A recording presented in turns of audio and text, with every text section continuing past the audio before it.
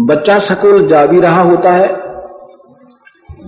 कभी खुश होकर जा रहा है, कभी नाखुश होकर जा रहा है। फिर वो सियाना हो जाता है, फिर उसको स्वयं लालच बन जाता है। और उसको बताते रहते थे कि जो पढ़ जाएगा उसको अच्छा बिजनेस नौकरी करेगा, अच्छा बिजनेस भी वही कर सकता है जो एजुकेटेड हो गया। उसमें वो बच्चा पढ़ जरूर रहा, लेकिन ये नहीं सोचकर पढ़ रहा कि मैं ऐसा हो ही जाएगा। सुनता भी रहता है और वो लगा रहा, तो उसको जो पहले जिसके लिए भेजा जाता था, जो उसके गुण बताए जाते थे शिक्षा के, फिर उसको ज्यों के तो मिलेंगे। ऐसा ही ये सत्संग है। अब सत्संग में जो बताया जा रहा है कि आप यहां आते रहोगे तो आप रिच हो जाओगे, भक्ति के आप धनी हो जाओगे, ऐसा ही होगा। लेकिन अभी आप बच्चे हो, आ भी रहे हो और सुन भी रहे हो, नकारा भी नहीं है और स्वीकार भी उस ढंग से नहीं है, लेकिन ईद का प्रतिफल आपको ज्यों का तो मिलेगा जैसा हम बता रहे हैं। अब आपने सुबह के सत्संग में सुना था कि अभी तक हमारे भक्त समाज में भक्ति की, प्रभु की परिभाषा भी नई ढंग से सुनाई गई है, नहीं बताई गई है। परमात्मा कौन है? सभी कहते हैं कुल का मालिक एक है। वो एक कौन है ये डिसाइड नहीं हो पा रहा था। अब इस 5 दिन के सत्संग में यही डिसाइड होगा, ये फैसला होगा कि वो कुल का मालिक है कौन, उसका नाम क्या है, उसका स्वरूप कैसा, उसकी प्राप्ति कैसे होगी। ये निर्णायक ज्ञान होगा और साथ में प्रमाण सहित होगा। ऐसे नहीं अपनी अपनी तो सभी कह गए, अपनी अपनी नहीं, हमने फिर अपने मूल शास्त्रों को आधार बनाना होगा। अपनी अपनी महिमा, अपने अपने अनुभव के आधार पर तो ये शास्त्र अलग बन गए, नहीं तो एक शास्त्र की आवश्यकता नहीं थी। गीता हमारा मूल शास्त्र है, दूसरा कोई भी लेख नहीं चाहिए था किसी संत की, वो अपना अनुभव है। लेकिन वो अगर गीता जैसा ही है तो फिर लिखने की क्या जरूरत थी? गीता लिखा ही हुआ है, और गीता जी से अलग है तो वो अधूरा है, पूर्ण नहीं है। सीधी सी बात है, इसमें दो राय नहीं है।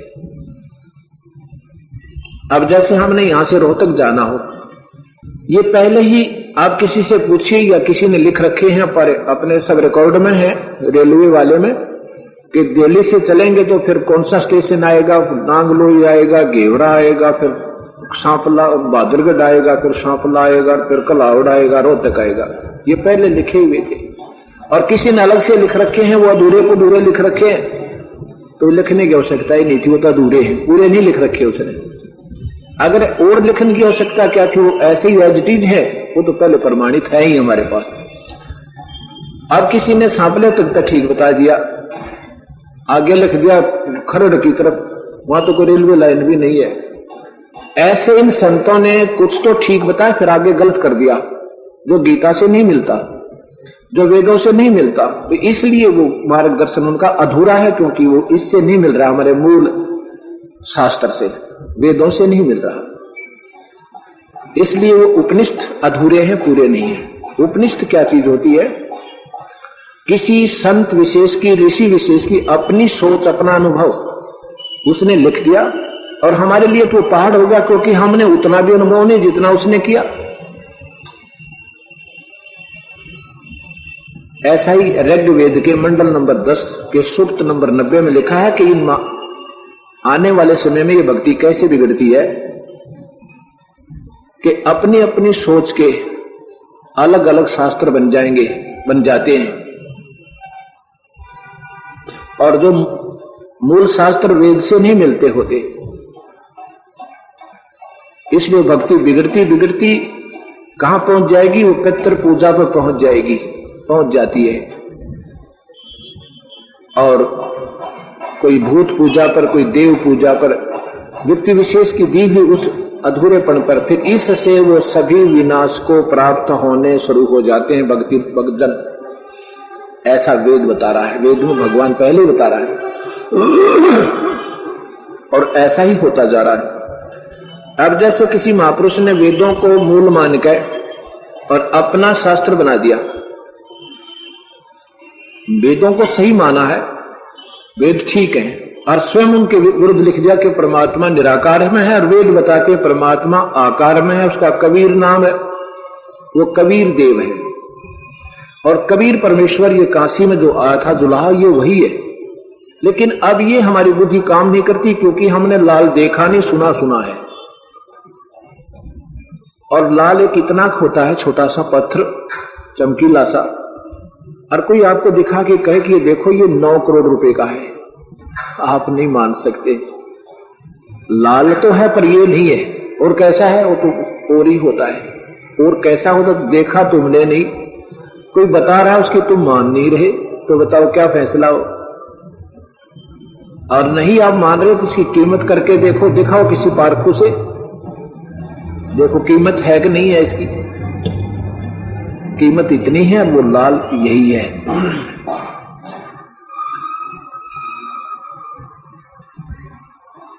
अब वेदों में बताया कि परमात्मा सहशरीर है। यजुर्वेद के प्रथम अध्याय के श्लोक नंबर 15 में प्रथम ही लाइन है, अग्ने तनुरसी। अग्ने माने परमेश्वर का, तनु माने शरीर, असी माने परमात्मा सहशरीर है। ऐसे यजुर्वेद के 5वें अध्याय के प्रथम श्लोक में अग्ने तनुरसी, परमात्मा सहशरीर है।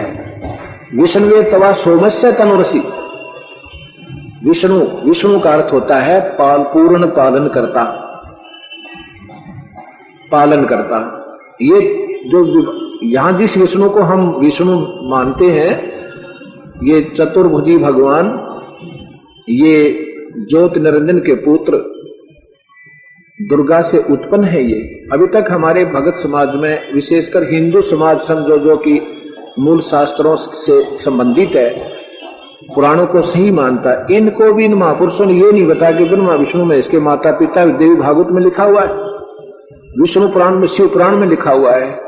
और गीता का 14वें अध्याय का 5वां श्लोक बताता है कि प्रकृति से उत्पन्न तीनों गुण, रजगुण ब्रह्मा, सतगुण विष्णु, तमगुण शिव जी, ये इस जीव आत्मा को शरीर में कर्म आधार पर फंसा कर रखते हैं, बांध कर रखते हैं, ऐसा लिखा है। तो ये भी नहीं बता पाए अभी तक। तो इन्होंने, ये तो बिल्कुल ही शिक्षक भी नहीं है, ये तो प्राइमरी के अध्यापक भी नहीं है, जो आज लाखों की संख्या में इन भोली आत्माओं को पीछे लगाई हुई, जिन्होंने ये नहीं मालूम जो ट्रेनिंग तुम दे रहे हो इसका रिजल्ट क्या होगा, इससे ये बच्चे पाएंगे क्या, क्या मिलेगा इनको। जबकि हमारा ये प्रोस्पेक्ट्स बता रहा है कि ब्रह्मा विष्णु महेश की पूजा नहीं करनी। गीता जी के 7वें अध्याय का 12वां श्लोक, 12 से लेकर और 15 और 20 से लेकर 23 नंबर श्लोक में पढ़कर देखो। पितृ पूजा नहीं करनी, और ये उसके विपरीत करवा रहे हैं। भूत पूजा नहीं करनी, गीता मना करती है, हमारे भगवान मना करता है, हमने नहीं करनी चाहिए थी ये। अब इतना रंग रख दिया कि अब कहते हैं कि ये पिछले हमारे पूर्वज करते आते हैं, हम कैसे त्याग दें।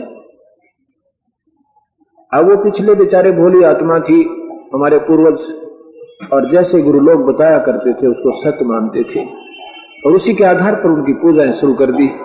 अब हम उसके परंपरागत बंध गए कि हमारे पूर्वज करते थे। नहीं, हर समय जैसे पहले वैज्ञानिक युग नहीं था, हमारे पूर्वज पैदल चलते थे, 10-10, 20-20 किलोमीटर पैदल जा करके, और सब पैदल ही चला करते थे। और चक्की भी हाथ से हमारी माताएं पीसा करती थी, हाथ से सानी ऐसे कुट्टी करते थे, पानी भी हाथ से निकालते थे, सिंचाई भी रेटों से करते थे। अब सारा बदल गया। अब भक्ति युग में जो है, अब ये खोज शुरू होगी, तो हमने इस नई टेक्निक को अपनाना पड़ेगा, और इसी से हमें लाभ होगा वास्तविक। तो ऐसे ये कबीर परमेश्वर ने हमें बताया, और साथ में वेद हमारी गवाही पहले ही दे रहे हैं। एक रुचि नाम का ऋषि हुआ, उसने वेदों को पढ़ा, जैसा उसकी समझ में आया कि और पूजा नहीं करनी, कर्म कांड नहीं करना, पितृ पूजा नहीं करनी, उसने ये सोचकर शादी भी नहीं करवाई। उसमें लिखा है मार्कंडेय पुराण में कि कुछ दिनों के बाद जब वो 40-50 वर्ष की आयु का हो गया, उस समय उसके पिछले पूर्वज दिखाई दिए, 4 पीढ़ी वो भूत बने हुए, पितर बने हुए। उन्होंने कहा कि बेटा रुचि, तू शादी क्यों नहीं करवाता, शादी करवा, हमारे सरहद निकाल, हम तो दुखी हो रहे बेटा। तो रुचि कहता है कि पितृमहो, वेदों में तो इस कर्म कांड को अविद्या, मूर्खों का की पूजा लिखा है, और चारों पितर, क्योंकि वो भी ऋषि थे, उन्होंने भी ज्ञान था इतना कि वेद पढ़ रखा था, लेकिन वेद पढ़े पर वेद न जाने, बांचे पुराण 18, और जड़ को अंधा पत्ते खुआवा, भूला सृजनहारा। वेदों को पढ़ रहे और उसमें निष्कर्ष क्या है ये नहीं समझ पाया, इसलिए देखम देखा वही कर गए, और जिसके कारण वो पितर बन गए, स्वयं भी पितर बन गए शास्त्र विरुद्ध साधना करके। अब दबाव दे रहे हैं अपने पुत्र पे कि तू भी पितर बन, क्योंकि गीता जी के 9वें अध्याय का 25वां श्लोक बताता है कि भूत पूजने वाले भूतों को प्राप्त होंगे, पितर पूजने वाले पितरों को प्राप्त होंगे। देवी देवताओं के पुजारी देवी देवताओं के पास जाएंगे और मेरा भक्त मेरे पास आ जाएगा, मेरी पूजा करने वाला मुझे प्राप्त होगा, अर्थात मेरे द्वारा, ब्रह्म द्वारा दी जाने वाली रात ही प्राप्त कर पाएगा। फिर वो पितर में कहते हैं कि हाँ जी बिल्कुल ठीक है बेटा, ये तो हम मानते हैं कि वेदों में इन पितर पूजा को गलत बताया है, व्यर्थ बताया है। अगरम सगरम फिर अपनी ठोकी उन्हें, ऐसा कर दे ऐसा होता है, ऐसा कर दे ऐसा होता है, उसको बड़ा पुण्य होता है। पुण्य क्या होता है जब भूत बन गए, क्या पुण्य होया वो? और फिर आप तो भूत बनी गए, उन पितरों अपने पुत्र को और तैयारी करवा रहे हैं कि तू शादी करवा, फिर हमारे श्राद्ध निकाल। अब ऋषि डरा दिया रुचि उन्होंने, क्यों 4 दिखे एकदम, आदमी एक दिख जाए पितर, उससे घबरा जाए हम। कहता पिताजी पितामह मेरी शादी कौन करेगा, मैं तो 50 साल की 40 साल की आयु का होगा। कहने लगे बेटा तू पहले तपस्या कर, 1000 वर्ष तपस्या की, फिर उसको एक स्त्री मिली, फिर उसने ब्याह करवाया, फिर उसके श्राद्ध निकलवाए, और फिर रुचि भी भूत बनवा दिया उनके पितरों ने। अब ये बातें आपको क्योंकि कड़वी अवश्य लगेंगी, और कड़वी गोलियां ही रोग को काट सकती हैं, सभी टेबलेट्स कभी नहीं आपको स्वस्थ कर सकती।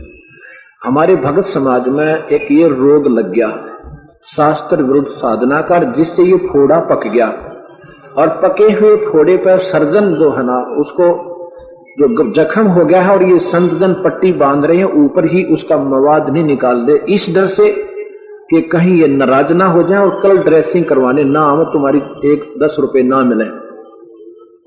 इसलिए वो नहीं कहते कि पितर मत पूजो, गीता में लिखा है, वो कह देते उनकी पांडाल में ऐसे 50 बैठे पावे, अगले दिन एक नहीं पावे। उन्होंने तो सिर्फ ये देख रखा कि स्ट्रेंथ ज्यादा हो, समाज कहीं जाए, झेरे में पड़ा, चाहे भूत बनाए चाहे पितर बनाए, तुम्हारी महिमा होनी चाहिए। लेकिन यहां वो सवाल बिल्कुल नहीं है, यहां पर तो 10 बहुत है, हमें वो 10 ही मुक्त होंगे, लाखों की संख्या देखम देखा शास्त्र विरुद्ध साधक सीधे नरक जाएंगे। ये गीता बता रही है 16वें अध्याय का 23 और 24 श्लोक देखना। हम ये गलत मार्गदर्शन कभी नहीं कर सकते, क्योंकि हम सर्जन हो गए, और जो गलत पट्टी बांध रहे ऊपर ही जख्म निकाल, उसका मवाद निकाल नहीं रहे, वो दुश्मन है, उसकी टांग कट जाएगी कुछ दिनों के बाद, उस बेचारे के कीड़े गिर जाएंगे। ऐसे ही हमारे समाज में वो स्थिति आ चुकी है, भक्ति कर रहे हैं, दुखी सभी है। और जब वो दुखी होकर के फिर सर्जन के पास जाता, जिसके जख्म पर ऊपर ही पट्टी बांधी जा रही थी, वो जाते ही उस जख्म से मवाद ही निकालता। सबसे पहला काम है, मरीज रोवे चाहे राजी रहे, एक बार दर्द होगा फिर तीसरे दिन जख्म भर जाएगा। ऐसे ही ये दास पहले मवाद निकाल रहा है, जो हमारे समाज में शास्त्र विरुद्ध साधना का मवाद भर गया, और इसको थोड़ा सा दर्द एक बार होगा, फिर इतने स्वस्थ हो जाओगे आप याद करा करोगे पिछले जन्म को, पिछले समय को, कि इतना समय हमने क्यों बर्बाद किया, ये पहले मार्ग क्यों नहीं मिला हमें। अब जो मैं बताना चाह रहा हूं आपको,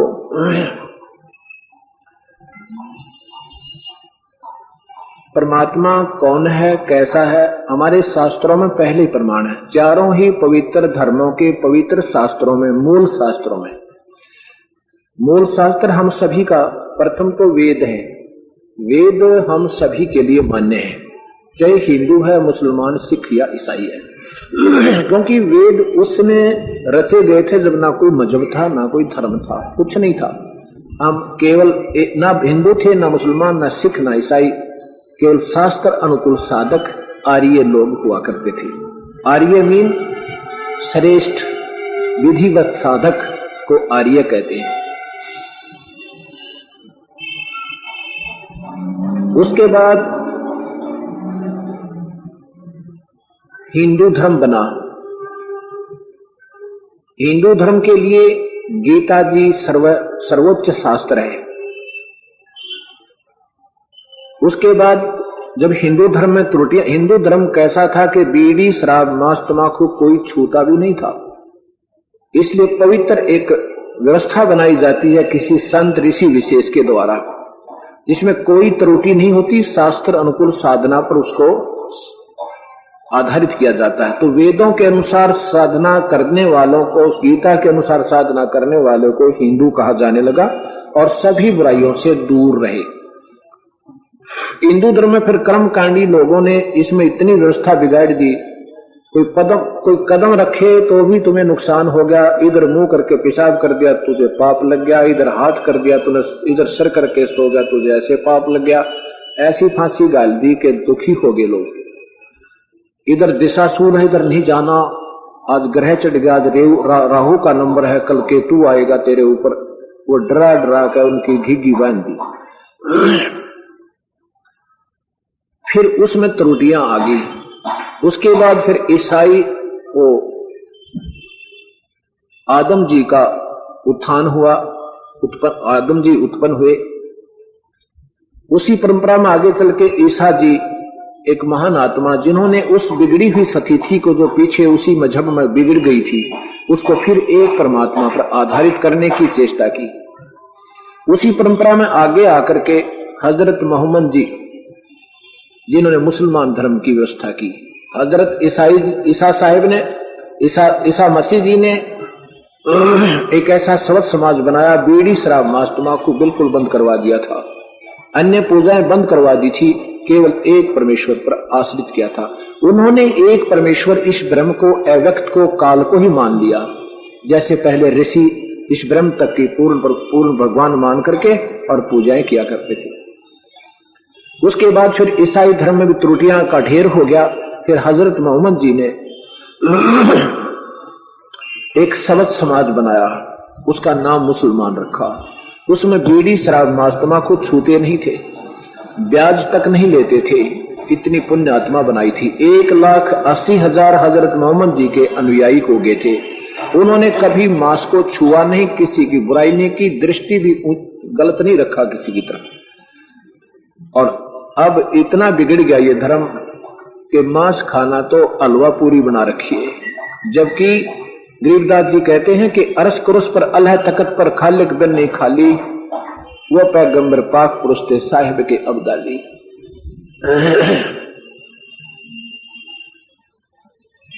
नबी मोहम्मद नमस्कार है, राम रसूल कहाया, 1,80,000 को सौगंध जिन नहीं करद चलाया। 1,80,000 उन हजरत मोहम्मद जी के अनुयायी मुसलमानों को कसम है, उन्होंने कभी ऐसा जुल्म नहीं किया ये बकरे और गऊ काटने का। धर्म वही होता है जिसमें हिंसा ना हो। धर्म वही होता है जिसमें बीड़ी, शराब, कोई नशीली वस्तु का प्रयोग ना हो, नहीं तो धर्म नहीं हो। धर्म नहीं है। धर्म क्या, जब तक कुकर्म हो गया। अब हिंदू देख लो, बकरे, मुर्गे, आम चीज खाने लगे, आम व्यक्ति अंडे उंडे खाने लग गया। नहीं, मुसलमानों को हिंदू इसलिए बुरा बताते थे कि ये मांस खाते हैं, बस मांस खाते हैं इसलिए बुरा बताते थे। अब हिंदू धर्म में मांस खाने वाले की कोई कमी नहीं। ये स्थिति बिगड़ती जा रही है। कोई अब आगे 100 वर्ष में आने वाले समय में कोई कहेगा कि हिंदू मांस नहीं खाते थे, कोई नहीं मानेगा। ऐसे मुसलमान धर्म मांस नहीं खाता था, और अब कोई कहे कि मुसलमान मांस नहीं खाते थे, कोई नहीं मानेंगे, क्योंकि अब वो घर में पहुंच गया मांस। बच्चे पैदा होते नहीं तो उन्होंने घर में सब व्यवस्था मिलती है, वो कहते हैं ऐसे ही हो रहा होगा। सिख धर्म में किसी भी 10 महापुरुषों ने मांस छुआ भी नहीं, 10 गुरुओं ने। और अब सबसे ज्यादा गिरावट सिख धर्म में आ गई। शराब और मांस को तो ऐसा बना रखा है जैसे पानी पिया करें, जलपान करते हैं। और आने वाले समय में 100 वर्ष के बाद कोई कहेगा कि सिख धर्म में मांस नहीं खाते थे, शराब नहीं पीते थे, कोई नहीं मानेगा। लेकिन एक समय फिर आएगा कि हम फिर इन बुराइयों को त्याग के फिर एक ही होंगे। ऐसा कबीर परमेश्वर की वाणी है कि एक समय इस कलयुग में ऐसा सतिथि आएगी, सभी फिर भक्ति करेंगे। जब हमें समझ में आ जाएगी कि मनुष्य जीवन केवल प्रभु पाने के लिए प्राप्त हुआ है, बाकी हम अपने संस्कार पिछली मलाई खा रहे हैं, पिछले पुण्य कर्मों की क्रीम हम प्रयोग कर रहे हैं और भविष्य हमारा बन नहीं रहा, तो हम 84 में चले जाएंगे। और एक ही प्रभु की भक्ति प्रारंभ होगी वेद और गीता अनुसार, पवित्र बाइबल अनुसार, पवित्र कुरान शरीफ अनुसार, पवित्र गुरु ग्रंथ साहिब अनुसार। उनमें लिखा है कि परमात्मा कबीर परमेश्वर है। कुरान शरीफ सूरत फुरकानी नंबर 25 आयत नंबर 52 से 59 को पढ़कर देखना, उसमें 3 बार कबीर नाम लिखा है। इन 7-8 लाइनों में 3 बार कबीर नाम लिखा है। लिखा कि ये परमेश्वर है जिसने सारी सृष्टि रची और इसको मारने में कोई समर्थ नहीं है। और उसकी खबर किसी बाखबर से पूछ देखो। एक कोई बोलने वाली शक्ति हजरत मोहम्मद को आदेश दे रही है कि कबीर नाम का कोई भगवान है और उसी ने 6 दिन में सृष्टि रची, 7वें दिन तख्त पर जा बैठा। और उसकी खबर किसी बाखबर से पूछ देखो, उसके बारे में वो बता सके संत जिसने पूर्ण ज्ञान हो। गीता जी के 4 अध्याय का 34वां श्लोक बताता है कि अर्जुन उन संतों ने ढूंढ ले। भगवान अपनी तो बता ही रहा है जितने वो जानते हैं कि मेरा तो ओम नाम का जाप है और यह गवन कर ले। मेरी दी जाने वाली जो राहत है वो भी अनुत्तम है। 7वें अध्याय का 18वां श्लोक। मैं जो तुम्हें राहत दूंगा वो भी पूर्ण नहीं है। उसके लिए उन संतों ने ढूंढ ले जो उस परमात्म तत्व को, पूर्ण परमात्मा के सही मार्ग को जानने वाला है। फिर जैसे वो बतावे ऐसे कर लेगा। ये कुरान शरीफ बता रही है कि उन संतों ने ढूंढ ले। बाखबर माने पूर्ण ज्ञानी, वही ये कबीर परमेश्वर है। कबीर, इन्होंने कबीर का अर्थ मूल अरबी भाषा तो सही है, जैसे संस्कृत हमारी इस गीता जी में मूल भाषा है वो तो सही है, लेकिन सरलार्थकर्ता ने हिंदी में जो अनुवाद अपने हिसाब से कर दिया, कबीर का अर्थ बड़ा कर दिया।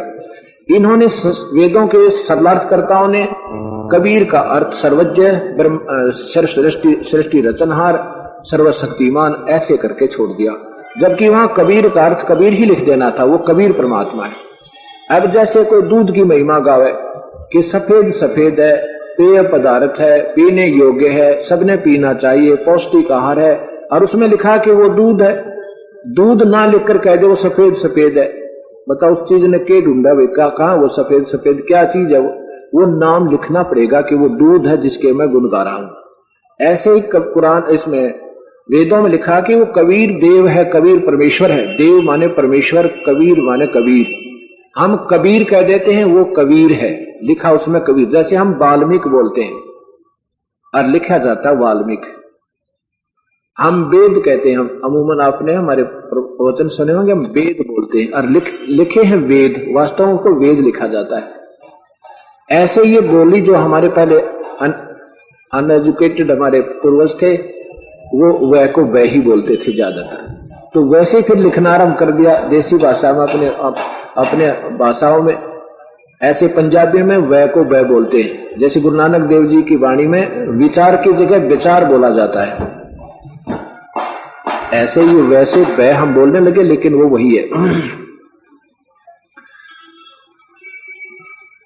पवित्र बाइबल मुसलमानों को, ईसाइयों को मान्य है, कोई शक नहीं, सब मानते। वही वर्णन, पवित्र बाइबल का वर्णन चारों कुरानों में 60% है।